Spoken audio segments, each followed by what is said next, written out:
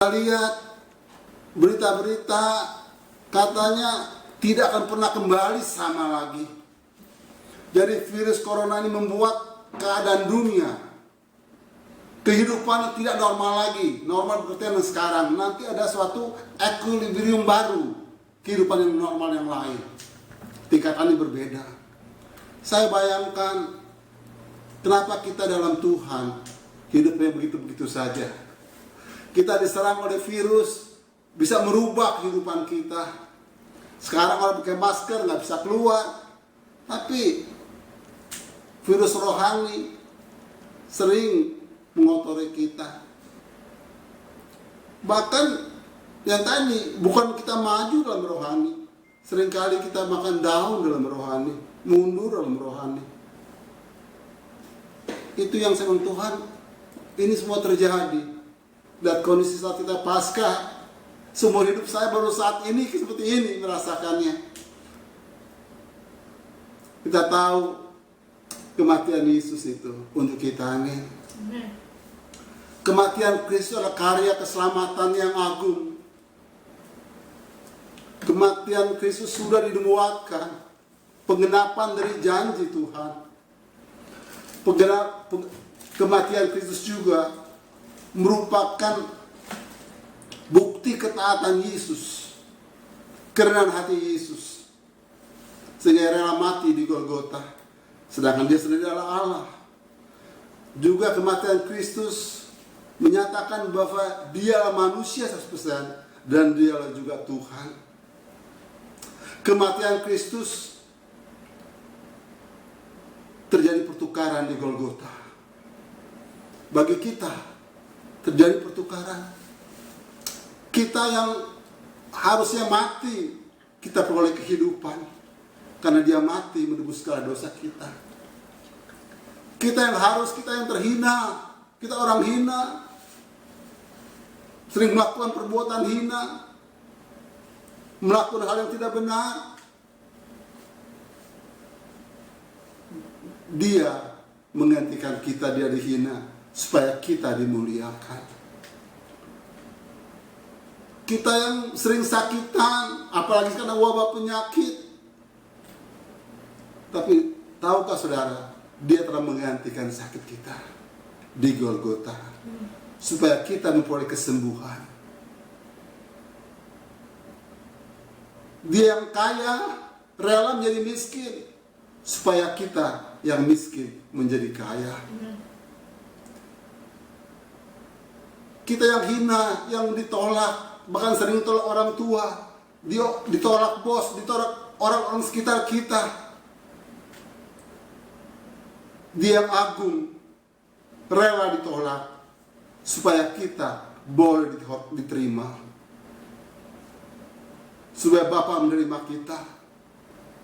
Sehingga sampai ia katakan, Eli, Eli, lama sabachthani, Allahku, mengapa kau meninggalkan aku? Untuk apa? Kenapa? Karena dia harus mati. Karena dia menanggung segala dosa. Karena Allah tidak bisa, kekudusan Allah tidak bisa diganggu gugat, tidak bisa bercampur dengan dosa. Sedangkan dia telah ditimpakan dosa. Karena dia menanggung dosa kita, sehingga dia turun ke neraka. Bagi kita, penebusan itu sempurna dan total. Karya salib luar biasa bagi kita. Nah, bagaimana kita seterusnya? Seringkali kita terpatok mengingat kematian, oh dia telah menanggung kita, betul. Semua dia telah tanggung. Sekarang kita jalani bagian kita hari-hari ini. Semua selesai di Golgota. Karya keselamatan sudah selesai. Kita telah memperoleh keselamatan. Sehingga Jumat Agung ini mengingatkan kita apa makna sebenarnya dari kematian Kristus. Mari kita baca Filipi 3 ayat 10 dan 11. Filipi 3 ayat 10 dan 11.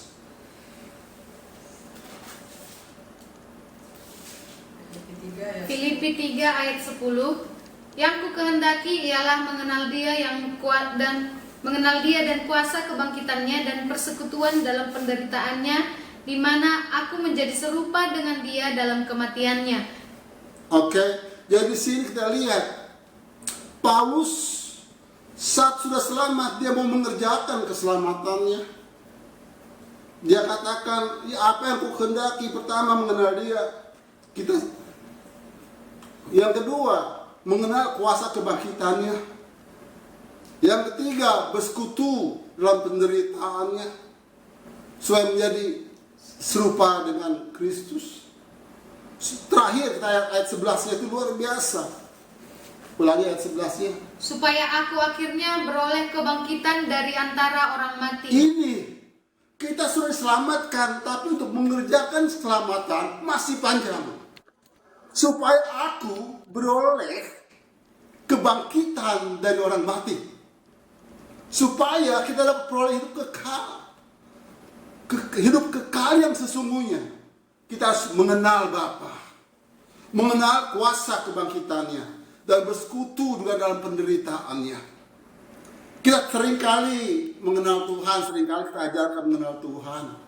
Bahkan kita sering enak dengar kuasa kebangkitannya, kemenangan lepas kemenangannya. Ia menyediakan kita perlu, Ia memelihara kita, Dia melakukan sesuatu untuk kita sehingga kita hidup setelah berkemenangan. Amin. Karena itu bagian mengenal dan mengenalkan Dia. Kalau kita kenal Dia sungguh-sungguh, kita kenal kuasanya, mujizat-mujizat yang datang kepada kita, maka kita tahu pasti Tuhan tolong kita. Amin. Kita nggak perlu ragu masalah virus corona ini, jangan pernah ragu, karena Dialah pelindung kita. Dia pasti tolong kita. Nggak mungkin kita dibiarkan, nggak mungkin, karena kita biji matanya Dia. Dia bertanggung jawab terhadap hidup kita. Jangan takut. Apapun yang terjadi, berita-berita yang menakutkan, boleh tahu, tapi dia tenggelam dalam situ. Karena kita tahu bahwa Allah sanggup melakukan apa saja. Kalau ada perkataan firman yang satu kata saja, Dia bisa mengubah. Lautan yang bergelora dia bisa tenang. Seperti yang juga kejadian Raja Aram yang ada empat penderita kusta, dia bisa ubah. Kondisi bisa diubah dalam hanya berapa saat. Tapi kalau Dia berfirman seperti itu, pasti terjadi. Tapi di lain pihak, kita harus tahu juga bersekutu dalam penderitaannya. Berita hari ini, kita boleh bersekutu dalam penderitaannya. Itulah makna pakai Kristus, supaya tidak sia-sia kematiannya, supaya kita boleh kebangkitan dari orang mati nanti saat kematian kedua kita. Jadi setelah mengenal Dia, saya tidak akan bahas kuasa kebangkitannya, kita telah tahu. Sekarang saya akan bahas mengenai bersekutu dalam penderitaannya, supaya kita lebih serupa dengan Dia dalam kematiannya. Apa sih bersekutu? Pertama kita lihat, bersekutu artinya mengalami sengsara Dia. Apa yang Yesus alami, kita alami juga. Walaupun tidak pasti serupa, tidak salib, segala macam, tapi perasaan-perasaan itu yang kita akan alami.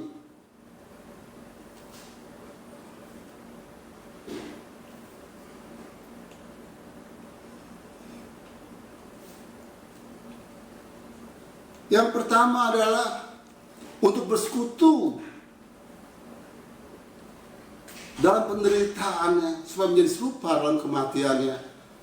Pertama, mati bagi dosa, mati bagi daging, dan hidup bagi Kristus. Kita lihat ayatnya, 1 Korintus 6 ayat 20. 1 Korintus 6 ayat 20. 1 Korintus 6 ayat 20. Sebab kamu telah dibeli dan harganya telah lunas dibayar, karena itu muliakanlah Allah dengan tubuhmu. 1 Korintus 6 ayat 20. Kita sudah dibayar dengan harga yang mahal. Kita sudah dibeli. Tuhan katakan, muliakanlah Tuhan dengan tubuhmu. Serahkanlah tubuhmu untuk penyembahan kepada Dia. Roma 12 ayat 1. Kenapa sudah dibeli lunas? Kita nggak punya hak lagi. Kita nggak punya hak apa-apa lagi. Kita sudah dibeli lunas. Sehingga kita lihat dalam Galatia 2 ayat 19 dan 20. Galatia 2 19-20. Galatia 2 ayat 19 dan 20. Sebab aku telah mati oleh hukum Taurat untuk hukum Taurat, supaya aku hidup untuk Allah. Aku telah disalibkan dengan Kristus, namun aku hidup. Tetapi bukan lagi aku sendiri yang hidup, melainkan Kristus yang hidup di dalam aku. Dan hidupku yang kuhidupi sekarang di dalam daging adalah hidup oleh iman dalam Anak Allah yang telah mengasihi aku dan menyerahkan dirinya untuk aku. Amin. Jadi kematian Kristus harus menjadi kematian kita. Kematian apa atas daging kita sedosa. Galatia 6, kita lihat mulai ayat 3 sampai 7. Galatia Roma 6 Roma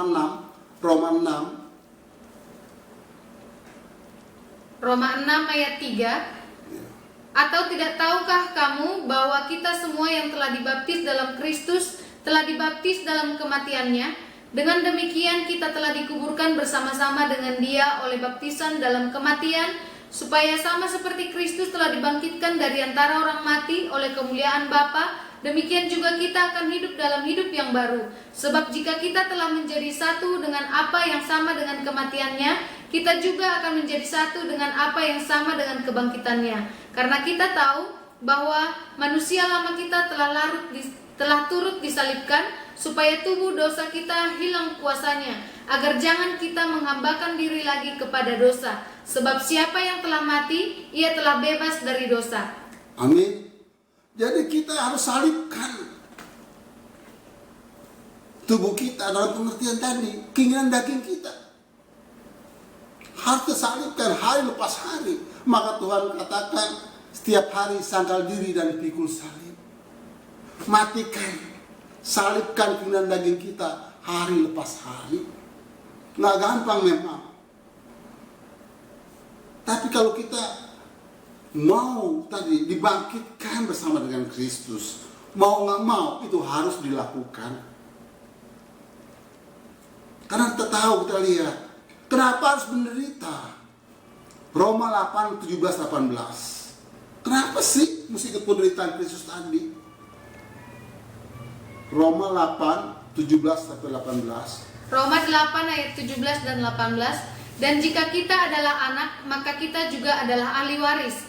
Maksudnya, orang-orang yang berhak menerima janji-janji Allah yang akan menerimanya bersama-sama dengan Kristus, yaitu jika kita menderita bersama-sama dengan Dia, supaya kita juga dipermuliakan bersama-sama dengan Dia. Ayat 17 dulu. Kita lihat bahwa ini ada kata jika. Jika itu adalah klausula. If, jika.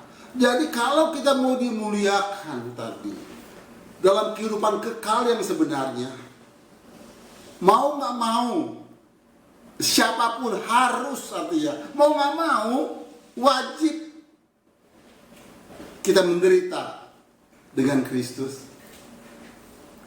Mau nggak mau, bukan pilihan, bukan pilihan. Mau nggak mau kita harus menderita dengan Kristus. Kalau kita mau dibangkitkan dari orang mati pada saatnya kedatangan Tuhan. Kalau kita memang sudah mati saat Tuhan datang, itu bukan pilihan. Jadi kematian Kristus itu mengingatkan kita bahwa kita pun harus mati seperti Kristus mati. Kita harus hidup seperti Kristus hidup, supaya sungguh-sungguh kemuliaan Tuhan terpancar dari kehidupan kita. Kita disalibkan bersama Dia, mati bersama dengan Dia. Bukan pilihan.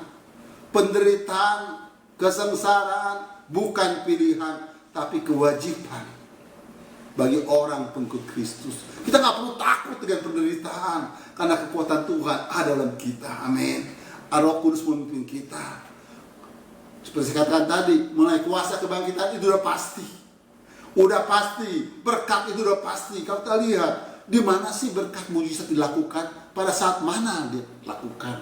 Kita baca, saya ingat itu Yohanes 2 ayat 11 atau 12. Kenapa mujizat dilakukan? Yohanes 2 ayat 11.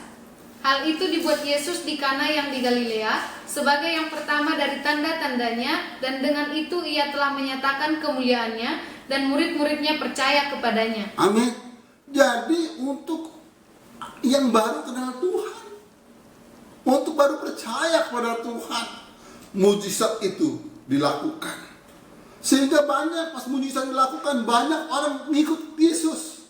Sampai Yesus mau dikurung, mau suruh buat mujizat. Hari lepas hari buat mujizat aja. Maka jangan kejar mujizat. Mujizat itu pasti datang kepada kita. Ketika Tuhan kendali Tuhan.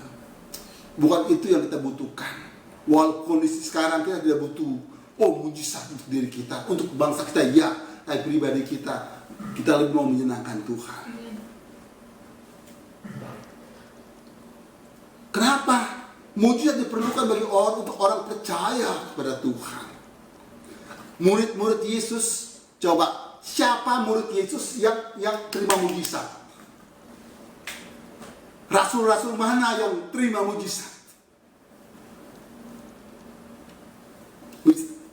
Jarang, mungkin susah cari siapa. Paulus, wah dia buta itu bukan apa, mujizatnya mana? Keselamatan ya, tapi ya mujizat apa mereka dapat? Siapa yang disembuhkan? Paulus sembuhkan enggak? Coba saya siapa? Tadi Petrus, paling mujizat tadi tangkap ikan, ya bisa. Tapi itu menyatakan mereka untuk mengenal Tuhan, saya katakan. Tapi untuk hidup dalam mujizat demi mujizat juga enggak. Kenapa? Karena mereka telah kenal Tuhan, udah lebih mengenal Tuhan. Bukan mujizat kita perlu, pasti Tuhan tahu kondisi kita, pasti datang. Dia tidak membiarkan kita kesengsaraan, tidak akan datang kepada kita pencobaan melampaui kekuatan kita, karena ada pertolongan dari Dia. Amin. Tapi murid-muridnya apakah mengalami mujizat demi mujizat? Maka tak, melainkan mereka pembuat mujizat atas nama Tuhan. Petrus, coba kita baca kisahnya. Paulus, Yohanes, mereka membuat mujizat, bukan mengalami mujizat.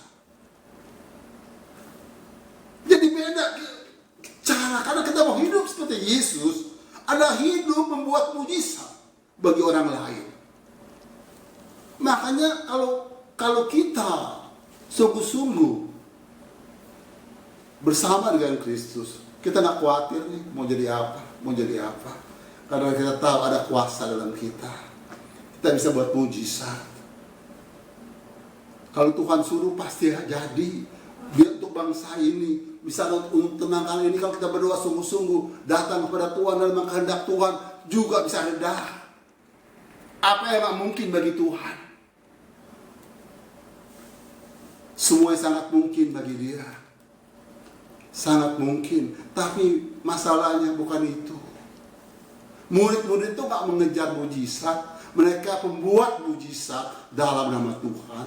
Kita pun harusnya pembuat mujizat di orang lain. Melalui kita orang lain diberkati. Hidup kita seperti Paulus katakan, aku menjadi miskin supaya mereka juga menjadi kaya. Hidupku memperkaya banyak orang. Jadi hidupku jadi berkat bagi banyak orang. Bahkan matinya juga, kita lihat Paulus, nggak enak.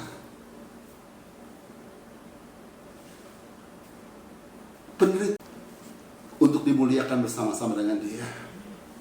Karena dalam kesengsaraan pasti Tuhan kata, kita baca ayatnya Roma 5 ayat 1 sampai 4. Roma 5 ayat 1. Sebab itu kita yang dibenarkan karena iman, kita hidup dalam damai sejahtera dengan Allah oleh karena Tuhan kita Yesus Kristus. Oleh Dia kita juga beroleh jalan masuk oleh iman kepada kasih karunia ini. Di dalam kasih karunia ini kita berdiri dan kita bermegah dalam pengharapan akan menerima kemuliaan Allah.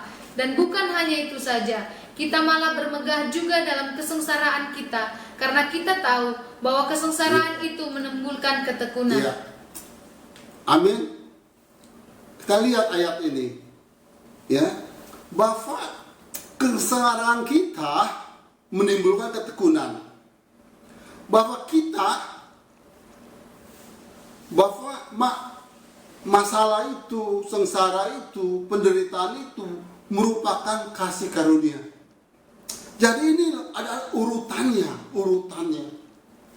Setelah percaya kepada Tuhan, kita akan mengalami kasih karunia berupa penderitaan. Kita lihat ayatnya, saya ulangi ya. Oleh Dia kita juga beroleh jalan masuk oleh iman kepada kasih karunia. Jadi dari iman kita memperoleh kasih karunia. Kasih karunia apa? Jadi oleh iman kepada kasih karunia. Jadi kasih karunia kita depan, ini kasih karunia yang kedua ya. Di depan, oleh iman kita tadi percaya lebih dulu, baru kita memperoleh kasih karunia. Kasih karunia apa? Untuk menderita. Filipi 1 ayat 29. Filipi 1 ayat 29. Filipi 1 ayat 29. Sebab kepada kamu dikaruniakan bukan saja untuk percaya kepada Kristus, melainkan juga untuk menderita untuk Dia. Amin. Jadi sebenarnya percaya dan penderitaan itu satu paket. Percaya itu akan menerima mujizat, dan penderitaan itu satu paket. Kan tadi saya katakan, firman Tuhan yang katakan, bukan saya. Tuhan buat mujizat untuk orang percaya. Nah, sekarang karunia percaya karena mujizat itu berbarengan dengan karunia untuk penderitaan. Jadi percaya Tuhan ada dua, mujizat dan penderitaan. Kalau tadi Paulus katakan kuasa kebangkitan dan bersekutu dalam penderitaan, ada dua. Jadi kita mengenal Tuhan dalam dua sisi. Sisi yang satu itu sudah pasti, pertolongannya, mujizatnya, kemenangan sudah pasti. Karena itu bagian Dia. Sedangkan penderitaan ini adalah bagian kita yang kita harus lakukan. Kita lihat kembali tadi kepada Roma 5 tadi.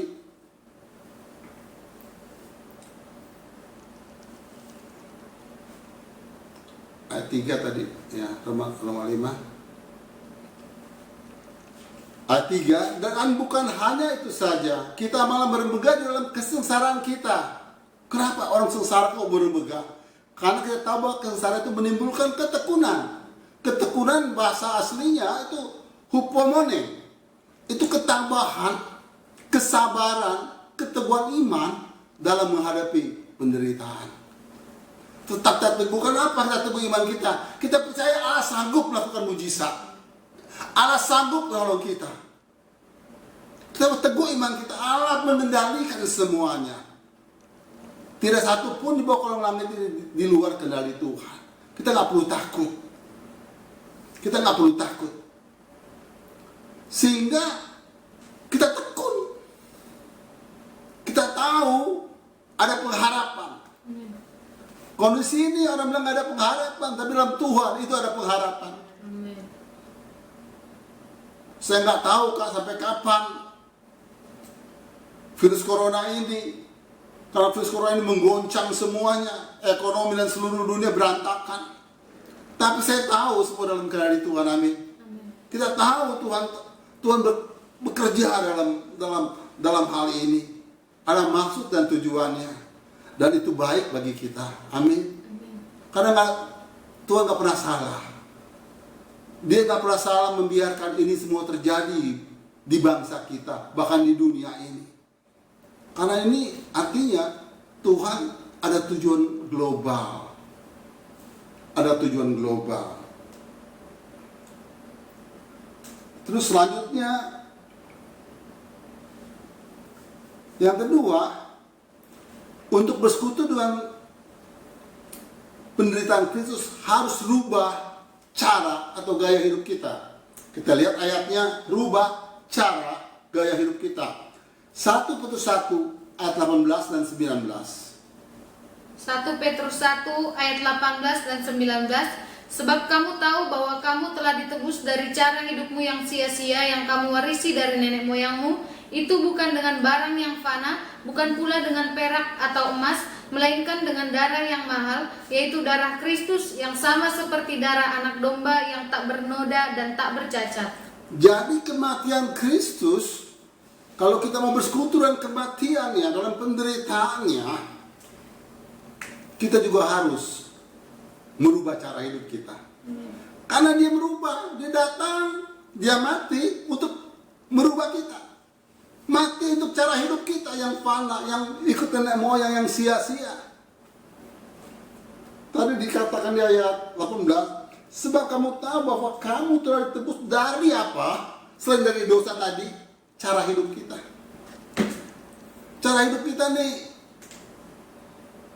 mau gampang aja gitu loh. Mau gampang, mau seenaknya.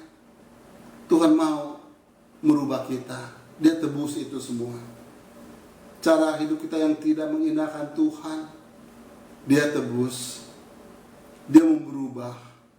Maka tadi, untuk bersekutu dengan penderitaannya, ubah cara hidup kita yang lama.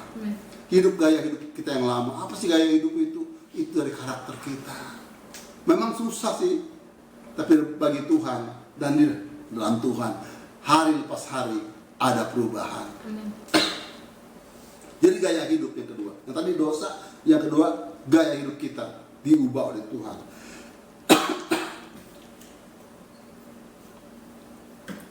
Bagaimana cara mengubah gaya hidup? Biar hidup kita dipimpin oleh Roh. Galatia 5 ayat 16. Galatia 5 ayat 16. Maksudku ialah, hiduplah oleh Roh, maka kamu tidak akan menuruti keinginan daging. Amin. Amin. Jadi cara hidup di dunia lama tadi, wah mau begini, ya. Hanya satu-satunya cara, kita hidup dikendalikan oleh Roh Kudus. Selanjutnya, hidup dalam kerendahan hati dan ketaatan seperti Yesus hidup. Kita lihat ayatnya, Filipi 2 ayat 8. Filipi 2 ayat 8. Dan dalam keadaan sebagai manusia, ia telah merendahkan dirinya dan taat sampai mati, bahkan sampai mati di kayu salib. Nah ini teladan bagi kita, bahwa untuk bersekutu dengan penderitaannya, kita harus ada kerendahan hati. Dan juga yang kedua, ketaatan. Apa sih kerendahan hati? Kerendahan hati mungkin definisinya agak gampang ya. Tapi kita langsung melihat kepada saya yang 2 minggu lalu khotbah saya mengenai kesombongan. Lawan kerendahan hati adalah kesombongan. Dan salah satu Tuhan berperkara melalui virus corona ini akan membongkar dosa kesombongan. Apa yang disombongkan manusia saat ini? Negara mana? Bahkan keuangan kita sekarang, orang mau hidup, punya uang juga belum tentu bisa hidup. Orang membeli kehidupan sekarang. Kita lihat sekarang orang pakai segala macam, dengan segala macam mau mengeluarkan untuk proyek keselamatan. Bahkan di Amerika semua dikasih, tapi mereka bingung bagaimana caranya nanti, sampai kapan, mereka belum tahu juga persis. Manusia kebingungan karena Tuhan beracara pada kesombongan manusia. Cina yang buat bulan, tiruan, sekarang juga gelombang kedua. Amerika yang sombong, habis, ekonominya berantakan. Bahkan dibilang kalau secara ekonomi krisis ini lebih daripada tahun 2008. Bahkan tahun 30, saya belum lahir, saya nggak tahu tahun 30. Tahun 2008 saya ada. Lebih daripada itu. Coba lihat sekarang, orang tuh nggak bisa kemana-mana. Orang semua di rumah. Yang kerja siapa? Sekarang masih ada. Produksi yang lalu masih ada. Tapi nanti, 3 bulan lagi. Sedangkan sekarang nih, untuk yang kayak apa, peraturan apa tuh, PSBB atau apapun tuh, kan 2 bulan tuh, sampai Juni. Karena mereka perkirakan mau Juni. Setelah Juni tuh, dari mana duitnya? Dari mana bahan makanannya? Kalau kita lihat sana, wah seret banget. Tapi ingat, dalam Tuhan ada jalan keluar, amin. Ada pemeliharaan Tuhan, makanya ada kuasa Tuhan. Tapi kita lihat juga sisi satu. Kita gak usah pikir kuasa Tuhan, karena Tuhan akan melakukan bagi kita. Ayah yang baik, bapak yang baik, tidak mungkin dia tinggalkan anaknya sendiri. Tidak mungkin dia anaknya kelaparan. Nggak mungkin. Pasti dia akan tolong kita. Apapun juga, karena kita lah anaknya. Ayatnya kita lihat Roma 8 ayat 32. Roma 8 32. Roma 8 ayat 32. Ia yang tidak menyayangkan anaknya sendiri, tetapi yang menyerahkannya bagi kita semua, bagaimanakah mungkin ia tidak mengaruniakan segala sesuatu kepada kita bersama-sama dengan dia? Jadi bagaimana mungkin dia yang rela menyerahkan Yesus ganti kita karena kasihnya pada kita? Bagaimana mungkin dia menyerahkan apa yang kita butuhkan saatnya, tepat pada waktunya, pertolongannya tepat pada waktunya. Amin. Karena dia tidak akan meninggalkan kita. Ia sekali akan membiarkan kita. Tangannya akan menopang kita, memberi kita kekuatan, sehingga hidup kita boleh lega karena ada bersama dengan dia. Maka tadi perlu kerendahan hati, karena Tuhan berproses kerendahan, termasuk saya. Sombong itu gampang banget. Tersinggung kan sombong. Saya juga baru mengalami ada hal sombong. Saya pikir sudah benar, tapi itu kesombongan. Saya masih jauh. Ternyata Tuhan bongkar saya. Ini baru kejadian. Saya di sini sama anak saya. Saya gini-gini. Saya sombong. Sebenarnya saya sombong. Tersinggung itu sombong, karena harga diri kita begini. Wah, kita diinjak-injak rasanya. Saat kita merasa diinjak-injak, itu kita sombong sebenarnya. Kalau injak siapa, kita kan keset. Biarin aja orang injak. Biar Tuhan muliakan kita, amin. Seringkali orang ngajak kita balas. Wah, kita gak perlu bicara orang, kita aja sendiri. Coba kalau kita disakiti, perkataan segala macam, kita pun secara naluri membalas, bilang biar rohani. Tapi kalau kita lihat, saya gak usah bahas itu. Membahas gak tahu sampai kapan. Karena saya sadar, Tuhan terima kasih, saya baru khotbah minggu lalu dan saya mengalami begini. Nah, itulah kita sebagai manusia. Tapi kita harus, kemarin saya baru dapat, kita diskusi sharing, kita boleh tahu kelemahan kita. Masing-masing kita boleh punya kelemahan, tapi dia bilang kita manusia biasa, kita manusia luar biasa, kita bisa mengubah itu. Amin. Apapun tabiat dosa itu kita bisa mengubah, karena kuasa dosa telah mati. Di kita ini ada pilihan, mau buat dosa atau tidak buat dosa. Jadi kuasa dosa itu nggak ada lagi.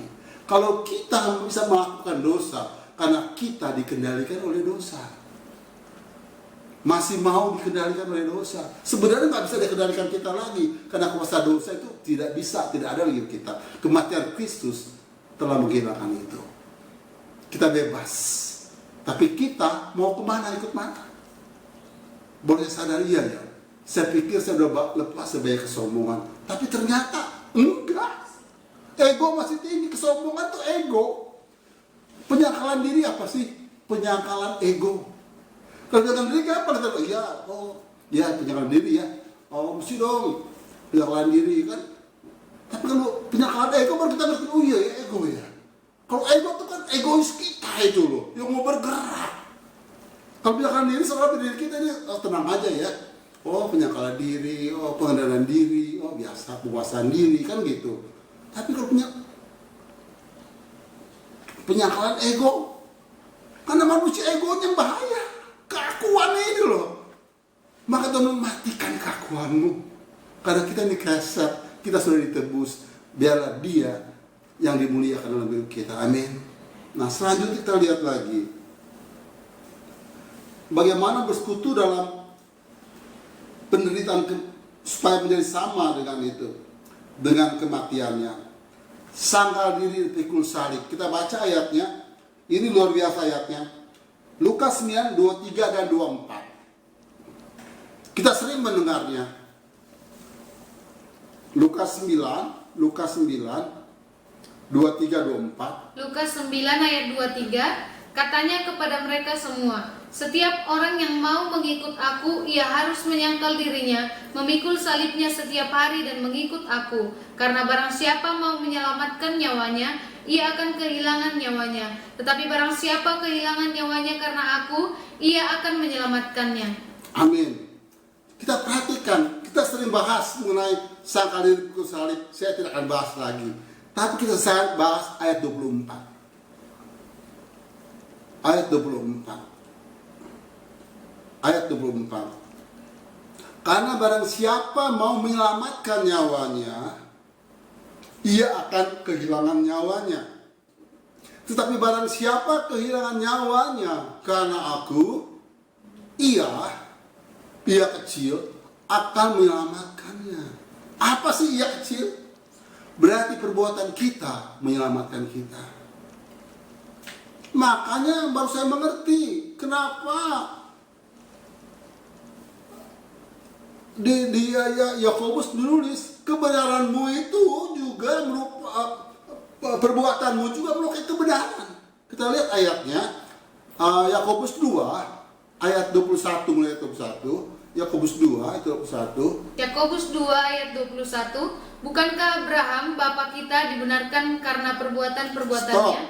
Karena perbuatannya Abraham jadi Abraham dibenarkan oleh iman juga karena perbuatannya.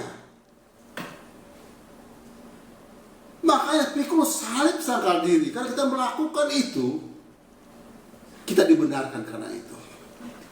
Karena kita melakukan itu. Saya kaget, saya kira, wah Tuhan yang membenarkan kita. Enggak, ternyata perbuatan kita. Otomatis dibenarkan, secara otomatis. Karena apa? Kristus nyata hidup kita. Hidup kita bukan kita lagi. Perbuatan yang saya lakukan adalah perbuatan yang menyenangkan Tuhan. Jadi sudah nggak ada bagian kita. Sehingga perbuatan kita adalah perpanjangan tangan perbuatan Tuhan sendiri sebenarnya. Terus kita lihat ayat yang lain lagi.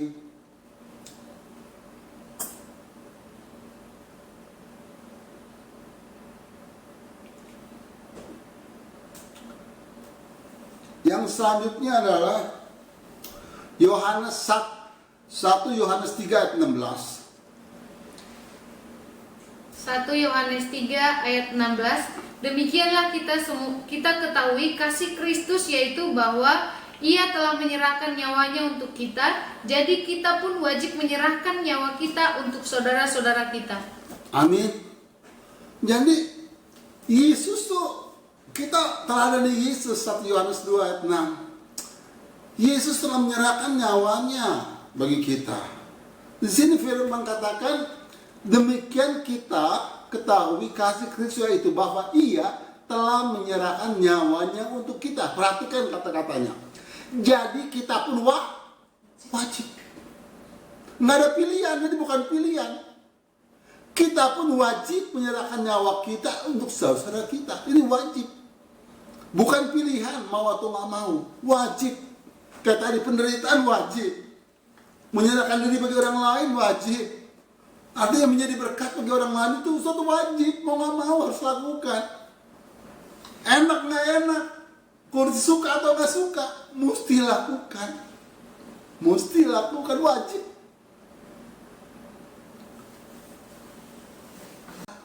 Karena hidup Kristus, kita nggak punya pilihan lagi sebenarnya. Saat kita sudah dibeli, tapi dia luar biasa kasih kehendak bebas kita kepada kita. Tapi baik bagi kita, kalau udah beli, udahlah. Kalau kita mau benar, biarlah kehendak kita menjadi kehendak dia. Kita serahkan sama dia. Sehingga kita boleh melakukan ini. Susah, siapa mau menyerahkan nyawanya. Orang marah kita marah seperti saya tadi. Saya marah saya karena saya sombong. Karena itu saya nggak sadar, iya bersama ya. Itu kan benih-benih itu tetap aja tuh kepikiran kita. Benih memang sudah nggak ada, tapi pikiran kita bisa diserang itu, kita bisa kali iyain gitu loh. Sering kali nggak sadar, itu dosa nggak disadari kita buat. Dosa itu iya ya, jatuh dalam dosa lagi, jatuh lagi. Tapi kita tahu dosa, makanya Tuhan kenalin dosa kita. Itu Allah luar biasa, karena dalam Kristus tidak ada yang tersembunyi, semua akan dibukakan. Amin. Segala dosa-dosa kita yang tersembunyi Tuhan bukakan. Ya kita nggak sadar ini dosa, iya itu ya dosa ya Tuhan. Tuhan mau supaya kita sempurna,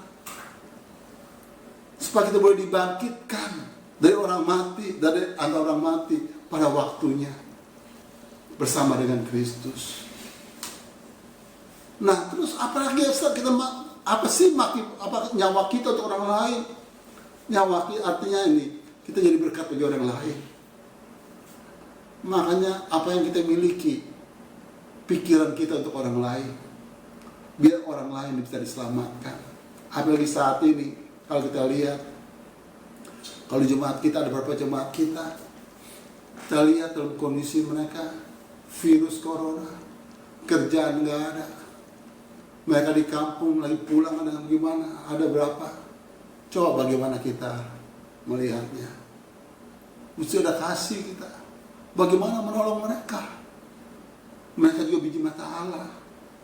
Kita katanya orang Kristen, pengikut Kristus. Adakah kita tuh tergerak melakukan? Kita harus lakukan bagi orang lain. Jadi berkat bagi sesama. Tuhan mau itu, memberi kasih. Bahkan Roma 15 ayat 1 dan 2. Roma 15 ayat 1 dan 2. Roma 15 ayat 1. Kita yang kuat wajib menanggung kelemahan orang yang tidak kuat, dan jangan kita mencari kesenangan kita sendiri. Setiap orang di antara kita harus mencari kesenangan sesama kita demi kebaikannya untuk membangunnya. Amin. Ini saya luar biasa, saya bilang Tuhan menjadikan nyawanya. Kita harus mencari kesenangan orang lain, bukan kesenangan kita. Sakit orang kan mau senang, mau nonton, mau apa, dia senang. Tapi ini kita harus abaikan kesenangan kita. Kita harus seperti Kristus, berkorban bagi orang lain. Bisakah kita seperti itu? Kita nggak mampu, tapi Kristus dalam kita memampukan kita. Kita kalau kuat, kita sungguh-sungguh rohani dalam Tuhan. Kita lihat orang menderita perbuatan yang gak enak bagi kita. Kita harus bukan yang ngalah ya, tapi harus kita bagaimana caranya supaya ia tetap bersama dengan kita. Bagaimana kita dapat menyenangkan dia? Menyenangkan artinya biar dia bersama dengan kita dan kita masukin pelan-pelan. Nggak boleh kita langsung kamu gini, langsung menjustifikasi, menghakimi, sehingga yang ada adalah kebuntuan, nggak jadi tadi membangun orang itu. Maka gampang kita lihat tetangga kita, saudara kita hidup nggak benar, kita tegur, betul sih tegur, tapi harus kita lihat apa kepentingan itu. Kita mau menyelamatkan nyawanya, bagaimana caranya? Ada step by step. Nggak mudah itu memang. Karena kita mencari kesenangan dia untuk membangun dia. Kita lihat ayat coba tadi. Kita yang kuat wajib menanggung kelemahan orang yang tidak kuat, dan jangan kita mencari kesenangan kita sendiri. Setiap orang di antara kita harus mencari kesenangan sesama kita demi kebaikannya untuk membangunnya. Kebaikannya itu bukan untuk dijatuhkan dia. Jadi kita ngalah atau melakukan sesuatu untuk kebaikan dia. Kita harus matikan ego kita. Kalau perlu minta maaf, matikan ego kita untuk kebaikan dia, supaya dia mengenal kasih Bapa, supaya dia merasakan kasih Bapa. Nggak mudah itu. Nggak mudah. Tapi Tuhan katakan wajib. Wajib lakukan. Karena kita mau lebih sempurna lagi. Karena itu yang mau nggak mau ya. Kalau tadi saya ulangi lagi ayatnya tadi, Roma 8 ayat 17. Kalau kita dimuliakan, saat kita nanti dimuliakan oleh Tuhan, mau nggak mau. Coba Roma 8 ayat 17. Roma 8 ayat 17. Dan jika kita adalah anak, maka kita juga adalah ahli waris. Maksudnya, orang-orang yang berhak menerima janji-janji Allah, yang akan menerimanya bersama-sama dengan Kristus, yaitu jika kita menderita bersama-sama dengan Dia, supaya kita juga dipermuliakan bersama-sama dengan Dia. Supaya dipermuliakan bersama Kristus, mau nggak mau, wajib lagi menderita buat orang lain. Yesus menderita untuk kita loh, bukan untuk dirinya, bukan untuk siapa-siapa, untuk kita. Dia mati menderita untuk kita pun wajib. Ini emang gak gampang. Nggak usah pikirin diri kita, karena sudah ada bertanggung jawab terhadap diri kita. Tuhan yang bertanggung jawab, amin. Kalau itu gak perlu dipikirin, karena pertolongan Tuhan itu pasti tepat pada waktunya. Kasih setianya bagi kita kekal selama-lamanya. Kasihnya tidak pernah berubah. Dia Allah ajaib, gunung batu kita. Pertolongannya telah terbukti sempurna bagi kita. Kita gak perlu pikir itu, karena pasti datang bagi kita. Karena kita anaknya. Tapi yang kita pikir, apa yang kita harus lakukan. Makna kematian Kristus bagi kita apa? Bukan hanya mengenang prosesi kematian dari Taman Getsemani sampai dengan penyaliban. Kita sering dengar itu, bukan berpuluh tahun itu semua kabarnya. Tapi saat ini kita akan lihat lebih lanjut, apa makna sebenarnya di balik kematian itu. Bapak mau ada kita harus disalib seperti Dia. Daging kita harus disalibkan. Mau nggak mau, maka kata pikul salib sangka diri setiap hari. Saya baru ngerti, saya pikul salib seperti Yesus loh. Pikul salib, nanti salib itu menyalibkan kita. Makanya itu kan dia pikul untuk sebentar dipatok di situ, supaya diri kita di situ dipatoknya. Keakuan kita, sangkal diri kan pikul salib itu keakuan, sangkal diri. Pikul salib, penderita kita mau melakukan hal yang kedengin daging, itu dimatikan, disalibkan. Maka Tuhan mau kita menjadi sempurna. Amin. Masalah-masalah janji Tuhan gak pernah berubah. Dulu sampai selama-lamanya. Peliharaan Tuhan pasti terjadi kita. Kita gak perlu pikir itu, karena itu pasti terjadi. Yang kita perlu pikir, apa kita melakukan hidup kita menyenangkan Tuhan. Itu yang pikiran kita. Gak usah pikir mengenai Tuhan, apa yang dilakukan bagi kita. Karena yang dilakukan bagi kita pasti baik adanya. Walaupun kita gak melihat kecat mana, mesti seperti virus corona yang terjadi. Mungkin kita bilang kenapa. Kalau kita lebih mengenal Dia, semua dalam kendali Dia. Kita tahu ada maksud dan tujuannya, dan semuanya baik adanya. Gak ada yang pernah salah. Gak ada yang pernah salah. Walaupun kita ikut menderita. Coba kita dikurung di rumah loh, menderita enggak? Menderita. Coba kita gak bisa apa-apa, menderita. Nah itulah firman Tuhan bagi kita, yang mengajar kita satu sisi mengenai kuasa kebangkitan yang nanti hari Minggu ya, itu kami bahas lagi. Tapi yang saya katakan itu pasti lakukan, tapi mengenai persekutuan dengan kematiannya itu bagian kita yang mau kita harus lakukan. Kalau enggak, percuma kematian menjadi sia-sia. Kalau kita menghargai kematian Kristus, kita harus sama mau diri kita disalib bersama dengan Dia. Seperti Galatia 2:19-20 tadi katakan. Amin. Mari kita akan ada perjamuan hari ini.